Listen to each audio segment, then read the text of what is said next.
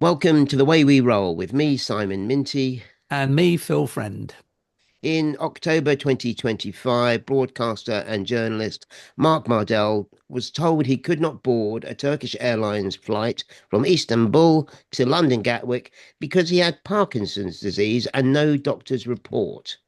Now, it's the kind of story that many disabled people hear and think, oh, yeah, I recognise that. Airports can be places of heightened security, rigid policy, and sometimes a profound misunderstanding of what disability looks like in practice. And many of us have had our own traumatic or demeaning travel experiences. It's not just disruption, it's about autonomy. It's not just about disruption, it's about autonomy, dignity, and the assumptions made about disabled bodies in a public space. And Mark has spoken and written about what happened. Today, we want to go beyond the headline moment to explore what it reveals about how power, safety culture, and how quickly concern, underlined, can slide into exclusion.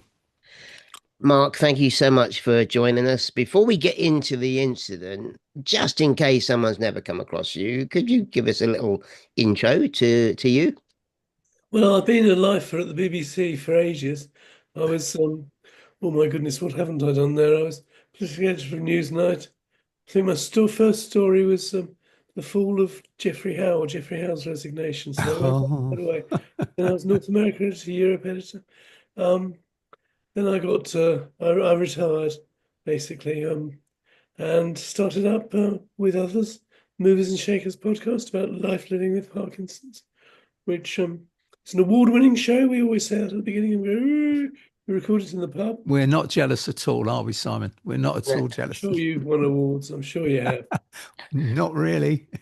I mean, we got that award for campaigning, which was like Right. quite surprised us really, because well, I mean, not surprised us in the end, but I mean, we didn't start off doing that. We just started off thinking, well, let's talk about what we've got in common. We're all journalists, or at least one of us is a high court judge. We all had high-profile careers. Let's just talk about it. Then stuff started coming in, and we thought, a bit off really. A lot of what people go through, not really very good. So we'll make a point of singling that out. And we got outraged when nothing happened, and so we turned. That's what I say. Coined the phrase "accidental activist." Okay. Yes. And you've just reminded me, this is me now. Back in the day, I did a podcast for the BBC called Ouch. That's what it was called. Then All Around Disability. And Rory Ketlin Jones came on as one of the guests. And I've said to him, if I ever go to Edinburgh to do his one man show, would he be my producer, stroke director? Which he's probably forgotten about, but I've still got him. All Let's right. Well, make he's very good at all that. Yeah. Yeah.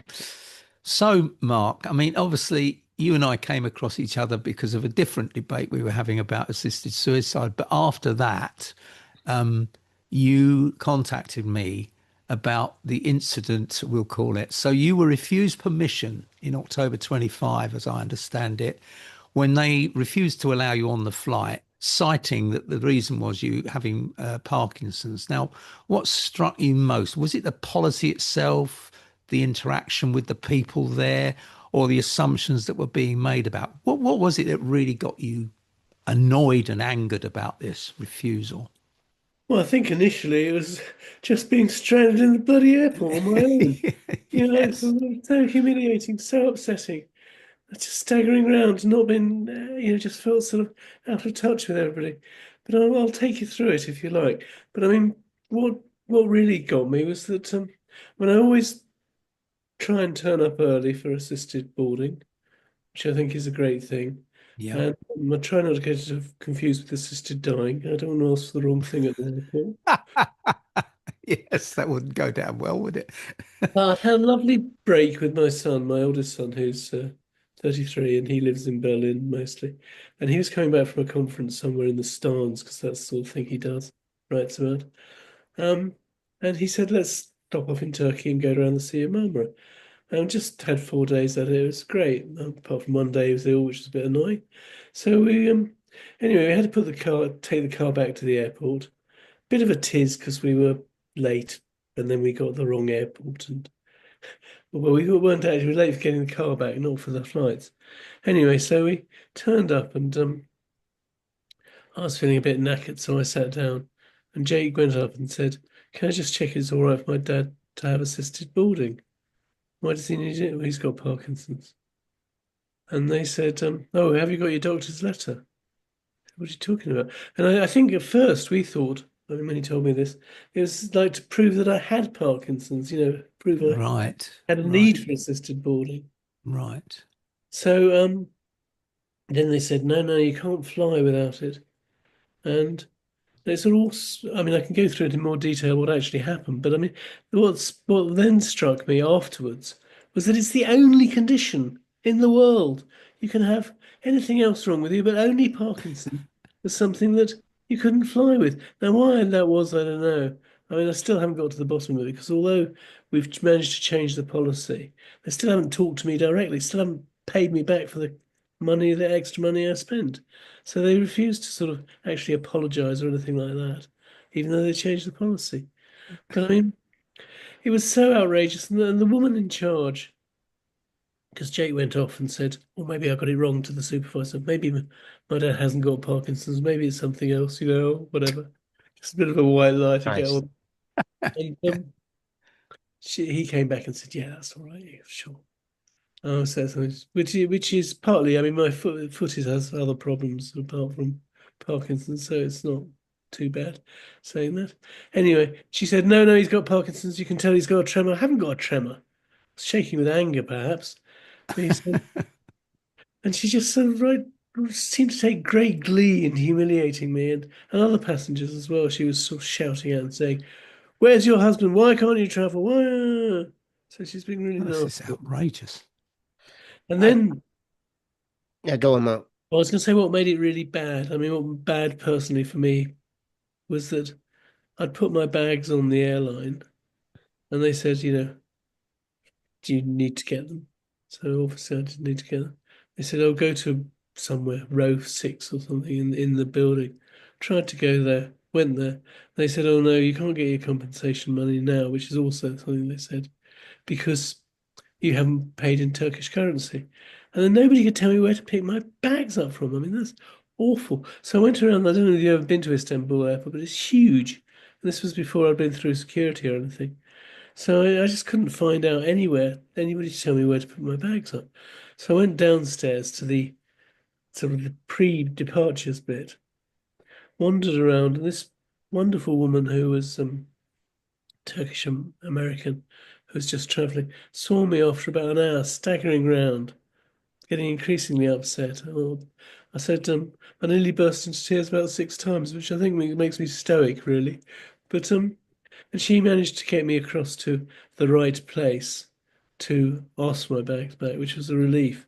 But the trouble is also you can't get internet there unless you got a Turkish phone, and you can't get internet unless you've got various other things.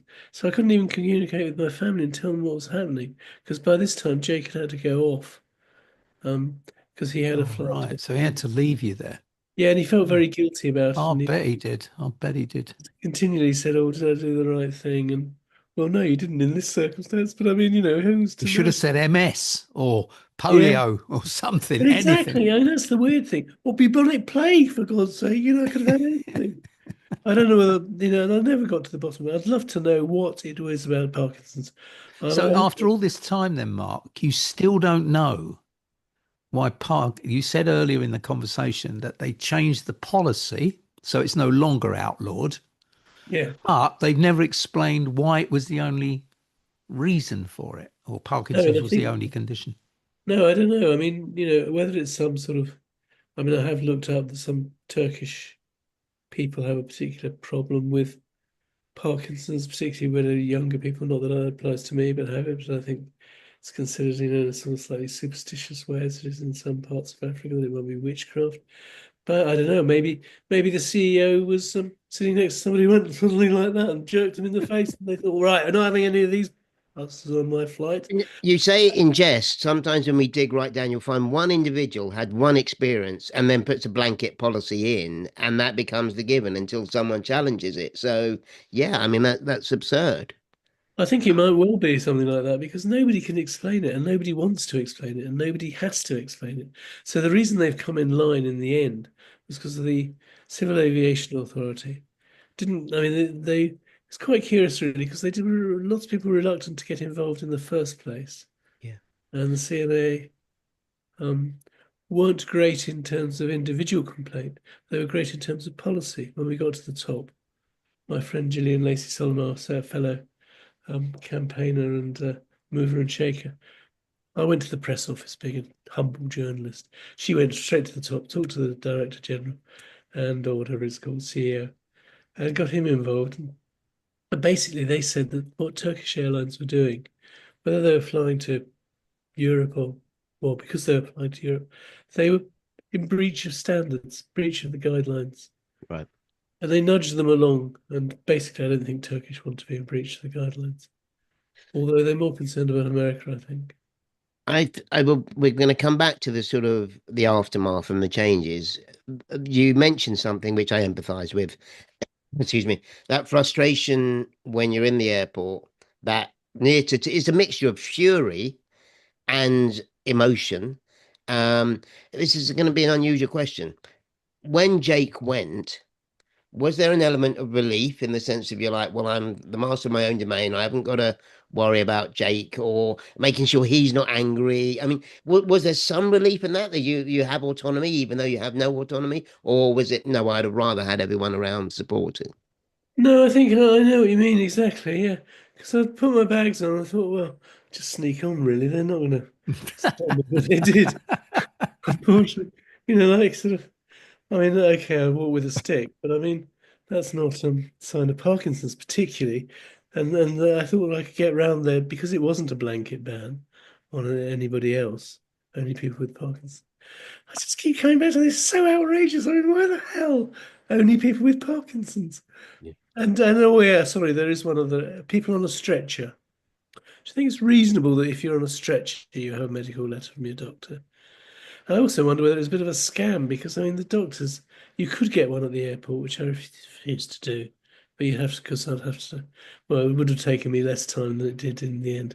I thought well, I'm going to have to go off to some hospital outside, all the faff. There's a case in America. I was talking to a journalist there. I followed somebody up and they charged like sort of £150 or something like that for the letter. Bit And they like said to pets me, and vets. Yeah. yeah. And they said to me, well, why can't you ring up your doctor and just get it? Well, it's NHS. My GP is brilliant, absolutely. Got a huge amount of time for it. But I mean, the idea of ringing her up on a Saturday morning and say, oh, can you get me a letter? Not very likely, really. But Where, going back where, to did you feel that the Jake thing? Obviously, Jake was doing whatever he could to help, and once he'd gone, were you feeling worse then, or did you feel okay? I've got to just fight my own battle here? I was feeling okay initially because of the way they said go to this numbered place in the hall. Thought it'd be quite simple to get my money back. Right. Another thing I thought, because they started led off with getting your money back, so I thought, yeah, well, the rest of it, just picking up my bags, that's gonna be easy, isn't it? Doddle. And of course, they I mean, as it evolved, not only couldn't I find where I meant to pick my bags up, but then when I did, as then after I actually found the right place to talk to, I was with other people who didn't have anything. They hadn't lost their bags because of their disability or anything. They just lost their bags because they were crap airline, Hmm. or at least um, not very efficient. And then they took the passports off us so we could go airside. Then we were trapped airside. So we couldn't get back because we can't leave without our passports. And there was this guy saying, I've got to go to Montreal tomorrow. I haven't got my bags. Where are they? And everybody getting upset. And I just had enough and I just cracked. And, I've been quite polite to that stage. I wasn't impolite. I didn't swear or anything. I just said, what on earth is this about? I am being discriminated at because I've got a disability. yeah. What are you doing? Why are you doing this? How are you? How do you justify? How do you feel? Because most of them are just sort of looking at their nails and being very slow about things, not really bothering. And you could tell they had loads and loads of complaints about missing bags the whole time. And there's this one woman who she was human. She showed human sympathy. So I'm almost feeling like crying now. It's fantastic. And she said, "Any identifying factors on your bag?" I said, "Yeah, actually, yes, it happens because my daughter borrowed it, and she's a ceramicist, and she's a dirty ceramicist, so she's got clay all over it. So it's sort of like a black bag with white marks on it. And they found it within instance. It's just amazing, and they could have done that with anybody's bag. I mean, it's not about disability necessarily. It's just But the efficiency, really. but you got your bag back, so that's one problem solved. But you're still in Turkey and you're still not flying home, are you? So how did you resolve that issue? How did you eventually get back? Well, I mean, I got my bags back 9 hours later. So that was Oh quite God, right, right. okay, It was, yeah, a lot of time waiting around. By that time, I managed to get in touch with Jake and the family. okay. They booked me. I'm not sure whether they were competing from Banstead to wherever he was, not Berlin, I don't think that, to book me on the next flight possible, which was Wizz Air, which had gone out with. So, and then, this is people keep saying, "How did you get home again then?" Well, because you don't have to fly Turkish. It was just I wanted to get back on the Saturday rather than Yes, the yeah. Sunday that they didn't. So the Just other airlines don't have the same restriction. No, they certainly don't. No, and No. and the irony was, I'd actually quite pleased got there early because I was going to write a little article about assisted boarding and how marvelous it was, and how marvelous I found it because I generally have found it marvelous. Yeah, It's for yeah, some you kids magazine I write for, so it's you said something quite profound in there, and I recognize it, where you have this wall of ridiculous bureaucracy that they can't justify, but they will not flex or move. And then you find someone with some humanity and something that they're listening to you, and how suddenly they are an angel. It's almost like they're so wonderful. And I get that. I'm trying to think in terms of what's happened, has it changed your approach to travel? And I think Phil and I talk about getting older as disabled people.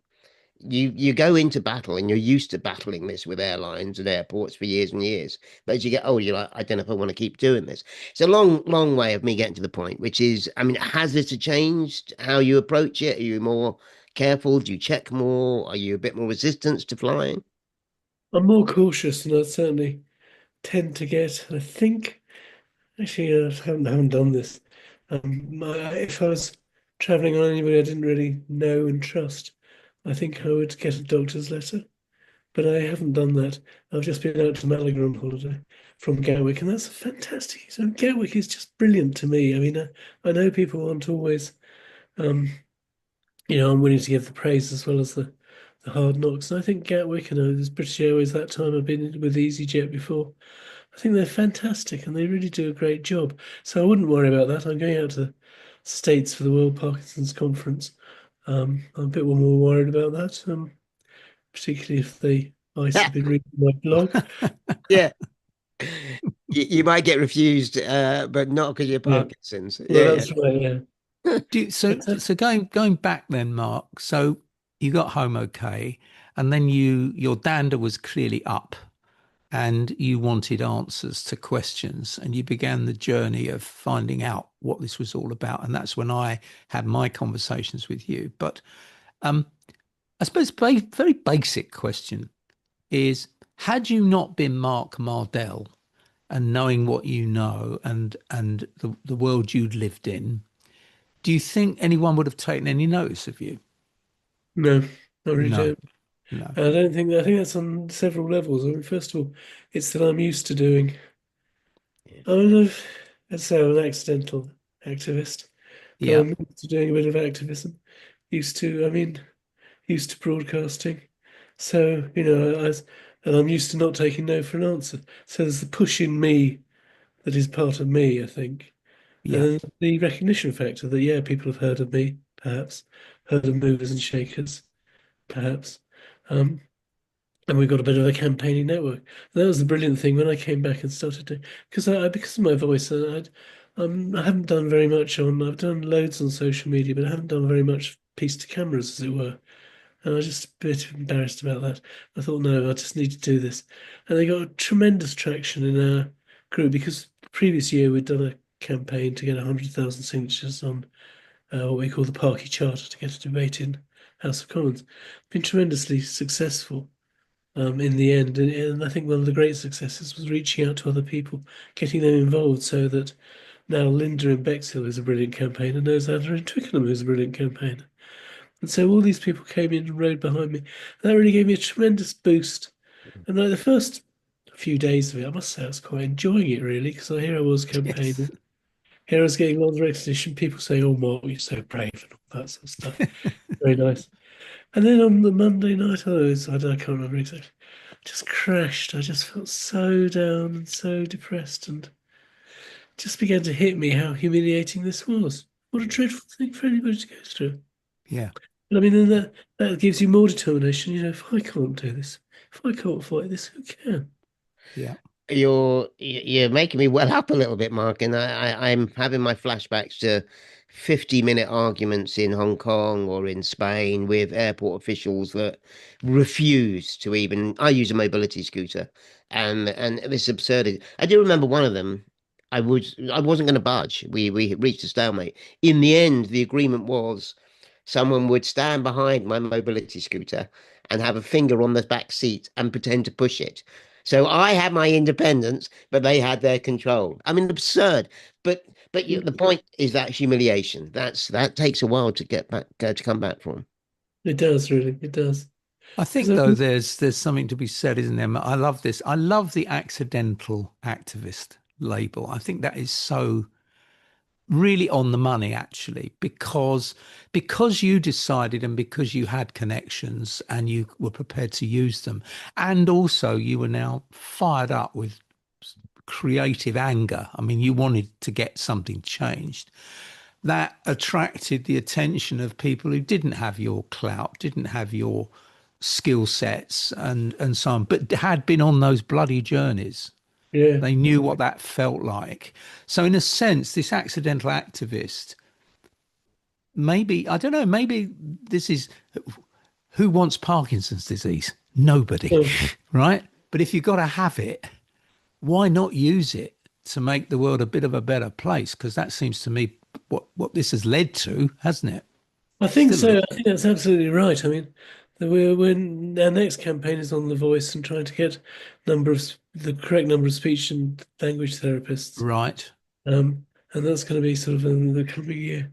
But I think, using that network of people who've come together. But I mean, I think the other thing is that, I mean, Parkinson's is different. Everything is different, of course, and all your. I think the difference between perhaps you and me is that I'm not used to. I didn't start off No, no, no, disability. no. And Yeah. that makes it, in a sense, not worse, obviously. I mean, but I mean, something that even just asking for assisted boarding was a struggle in the first place. Yes. I didn't, Yeah. I didn't want to say this, but I mean, um, because it is the way that people look at people with disability, maybe you and I have in the past, is humiliating, and it does. Saying yes about the humiliation and asking for assistance, that kind of thing. Even that, when you started out, Yeah, even was though when you start off asking, I'm disabled, you feel a bit of a fraud because you think, am I disabled compared to somebody who's spent their life in a wheelchair? Not really. But I mean, even just admitting you're disabled is because It's a I mean, big when thing. yeah, yeah, yeah, Yeah. yeah, And absolutely. I it's a sort of Rubicon that people and they say, "Oh, I've given into it," and well, you haven't. You've just got smart, and you're now getting the right support and the right help, and hopefully, years of other people campaigning means that support is there. But there's no two ways about it. I think that's a kind of awkward moment when you first start to enter that world. If I'm really selfish here, I like newly disabled people getting a really gruff ride because then they go, "Oh my God, this exists," and they become more furious than us who go, "Oh yeah, this is the same old." So you become this accidental activist, but I don't want you to happen to you. But I'm glad that it fires people no, I up. know. I think you're right. Yes, and then all the things that follow. I mean, no, this is nothing to do with the airline, but I mean, the other day I went for a scan on my leg in Epsom Hospital, local hospital, pretty good hospital. And because I was carrying a stick and my voice isn't strong, the doctor, talked to my wife the whole time. Does he take sugar? I mean, it's just like the number of times I get that, because Joe's a bit more voluble, she likes people and she likes talking to people more than I do, perhaps sometimes. She's quite ready to take that role. But I mean, it's just astonishing the number of people who just think because you're disabled, you're stupid or Yeah, incapable, yeah, whatever. Yeah. Can you get a T-shirt that says Mark Mardell Newsnight Editor? That just it's almost like you've got to remind them. Yeah, It's ridiculous. I think this is at the nub of it, and I'm delighted that I met you because you remind me of all the things that, in some ways, not I can't speak for Simon, but in some ways that I feel I've forgotten really. yeah, And some of it is just the raw anger at being totally abused in all these we call it micro disableisms and things like that, where people are always putting you down in all. Have you got, I'm in my wheelchair. Have you got a license for that? Do you drink and drive? All that kind of bollocks. And yeah. it's meant not nastily. It's not meant to humiliate or demean or anything else. It's meant to be funny. Well, actually, it's not funny when you've heard it 500 times and it's not relevant. But I think what I'm sorry, this is a bit confused. What I'm saying is that I think when we meet people who are new to the game, in quotes, and suddenly come across these things, what many of them do, sadly, is give up. You're not that. You're saying, I'm not having this. I have got this thing and I wish I didn't have it, but that's not the same as saying I'm going to stay indoors and not do anything. And by you tackling that issue, the Turkish airline, I don't know how many people were touched by your story. I hope a lot more are after this podcast. But it gives us all a bit of hope that you can change things. It doesn't have to be like this. And equally, the message is, I think, Mark, isn't it, that asking for help does not mean you've surrendered. Absolutely, absolutely. It doesn't mean you've surrendered. And I think it's really important with, I was going to say with Parkinson's in particular, I'm sure it's true of other disabilities as well. People hide themselves away. I Yeah. feel tragic when I get, people, well, it's great that they're saying that about the podcast because they've heard the podcast. They say, oh, I now feel the confidence to go out and talk to people. I've been hiding away because people will think I'm drunk or whatever. Yes. Yeah. Dreadful. Yeah. And Yeah. the fact that people hide themselves away. And the other thing with Parkinson's, one of the things it can result in is apathy, either just through low mood or apathy, lack of dopamine. So a lot of people don't really fight in the way that we do. I think the other thing, maybe that's the drugs as well. Some people get really super activist and super involved in changing things, and I think we're part of that end of the spectrum. And I think that's really important too. There's people like us. Yeah. Yeah. And even when you have to go through that experience, and I remember this, I would be fighting so hard. 90% of it is selfish. I need this to be sorted. But I also thought that means the next person who follows, they're not going to have to go through this grief. I mean, just on a technical point, it's almost like an admission that they've changed the policy, but no explanation of why they had it in the first place. So it has changed, but it's an apology without admittance of liability type thing. Well, it's not even an apology. What happened was that the Sunday Times wrote an article on me quite late on. I mean, I'd been on the Jeremy Vine show. I'd been on Today a couple of times, done loads of blogs, have been picked up by loads of people. But that made a difference because it was picked up in America by, I must get the magazine right. I think it's the National or some big magazine. And they just lifted it verbatim from the Sunday Times. Don't know if they asked permission or not. It doesn't really bother me. It might bother the Sunday Times. Anyway, as part of that, they obviously asked Turkish Airlines for a statement, and which everybody's led by the brilliant Simon Calder have been asking here. Nobody, they just blanked us completely in Britain. In America, I don't know if they're more on the ball, more worried or whatever, but they got a statement out of them which said, sorry for the confusion, and we're now asking for a doctor's letter from everybody, basically. So I thought, oh no, I've made it worse for everybody. So like, Thanks, Mark. Thanks for that. Thanks a lot, Mark. are you fit to travel? That's what you've got to ask yourself. So I said, no, this isn't any good. We got CAA. So I think the CAA behind the scenes are doing an awful lot and Right. meeting with chief executives, and they didn't want to publicise what they're doing because they'd rather change the policy than have a great hurrah and be annoyed. I think that's really good. So Turkish, I'm just trying to think what happened. So first of all, they changed it to if you think if you might need a note. And I said, no, well, that's, first of all, have you changed it? Have you told your staff about this? Because no good turning up. And it was like a bit chaotic because you found that some sites had changed in some languages and others hadn't. But in the end, it seemed that they often saying, it's no good saying, you know, do you need a doctor's letter order? You just don't. And so they've changed it now to something like, it may be wise to ask your doctor whether you're fit to travel. Very much putting on burden on you, or not so much on burden on you, but on the idea that is it safe for you rather than is it safe for us to carry you, which I think is much better. Mm. And but having done all that, they still there's a twin track where I was trying to get my money back. I got my money back for the ticket, haven't got the compensation back, and they just keep on saying you haven't filled in this form correctly, or and they said to get the money back, go to one of their sales offices in London. Okay, where are they? Well, don't know that. You don't know where your own sales offices in London are. So all this time, I've sort of wrote cross letters on their feedback forms. Haven't had a single acknowledgement that me as an individual has been affected. And I've written to the embassy, I've written to the Yeah. CEO loads of times. Haven't got anything back from them. So we'll need to draw this to a close. So we're at the place where there's been a change where we now have to say whether we feel we need assistance to fly Turkish Airlines. You are still battling to get compensation and presumably an apology. Yeah. But I think the message to all of us is don't travel on Turkish Airlines, isn't it? Very clear. I'm going nowhere Yeah. near them. I mean, Well, I don't think I would either. I mean, like, and the thing is that they claim to be great for disabled people. I think in Turkey, I so don't long as know. you haven't got Yeah, Parkinson's. exactly. I did try and Okay. contact the It's Turkish another med. reason not to get Parkinson's. You can't go to Turkey on Turkish Airlines, can you? Yeah. Bloody hell.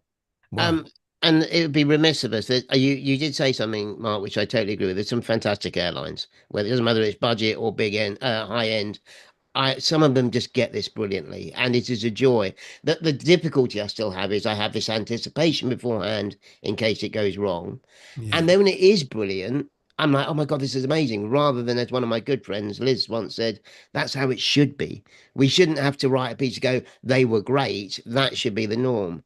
There's Yeah. also people like Sophie Morgan and others who are doing rights on flights. There's a lot of campaigning on this issue and the changes. So I think it is incremental, even if it's painfully slow, this change. I suppose the other thing, Simon and Mark, is there's something to be said here, isn't there, for joining us up, i.e., with Parkinson's group are doing all sorts of interesting stuff. Obviously, they concentrate on people with Parkinson's. Of course they do. That's what they're about. But some of these issues are universally true for disabled people, regardless of their impairment, whatever it is they've got. And Mhm. perhaps we need to learn to be much more together, coming together on, like the Sophie Morgan thing, which I don't think is exclusive to any disability at all. It's just, are you having aggro flying to places? But maybe we're missing a trick by not talking to each other more. I You think know, that's right because I think something that we've done in the Parkinson's community is, first of all, reach out to other people with the neurological conditions because they're yes, very similar. So those things get connected. But also, I mean, somebody else that was very helpful was Lord Blunkett, who was fantastic. right, And he's obviously a long-time disability campaigner, but he also sits on the board of Ryanair's, I don't know what their Right. committee is. And he was really helpful in just pushing it behind the scenes. When you got somebody powerful like that on your side, really yeah, help. yeah. So yeah, I think we should all join together. Well, And just as one, the truth, there's such a vast array of different types of disabilities and conditions and so on. And that doesn't unify us. The bit that unifies is when we all know we've been treated badly, unfairly as a result of that. And that's the bit I think that there's the commonality. Sorry, Phil, you were going to bring it to a I was close. just going to draw us to a close, really. Yes. So, Mark, I mean, thank you so much for giving us your time and sharing the story with us. Um, Perhaps we should invite you back on in a few months' time and see if you've got any further with your campaign. But if anybody listening to this has been through similar experiences, maybe not with Parkinson's necessarily, but if you have Parkinson's, please contact Mark. We'll leave the show notes. In the show notes, we leave the links so you can do that. But Mark, it's been really good to meet you again, and thank you so much for giving us your time. Well, thank you for having me. It's been delightful.